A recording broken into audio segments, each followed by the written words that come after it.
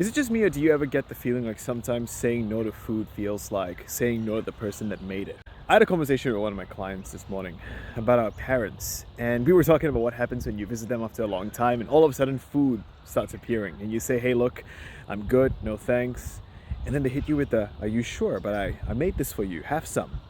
And suddenly, you realize this isn't really a conversation about food anymore. Because in like a lot of families, food isn't just food. It is an inherited language of love. Our parents might not always know how to say, "I've missed you," or "I've been thinking about you," or I'm really happy to have you around. So instead, it's food, you know? They cook, they refill your plate, and they send you home with enough food to last an entire week or the whole winter. So it got me thinking, sometimes when we try to tell somebody that we love, "Hey, look, I'm comfortably full, I have had enough," they might hear something like, I don't want what you've made for me. Or worse, "I don't want your love." And that's why it's so hard to push back, because we can feel that. And when they offer it again, and every time that they ask, you're forced to make that same no decision again. And eventually it becomes easier to just eat the food than carrying the guilt of refusing it. But here's the thing, right? The person saying no, us, we're trying to protect something too. Maybe certain foods don't agree with us anymore. It doesn't fit into our lifestyle. Maybe we're trying to rebuild our own relationship with food, or we're on a fat loss journey.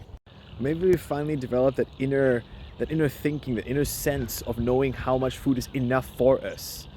And that boundary that we've set isn't necessarily a rejection of love. It might be an act of love onto ourselves. This is sort of why I think learning to say no matters a lot.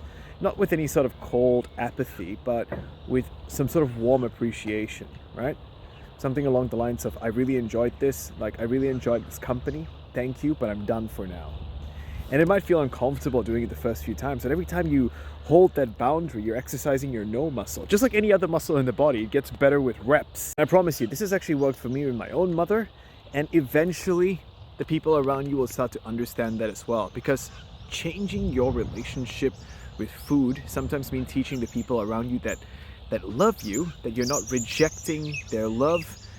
You're just simply asking for that love without another serving of something delicious. So yeah, tell me, what do you guys think about that? I'd love to hear your thoughts in the comments.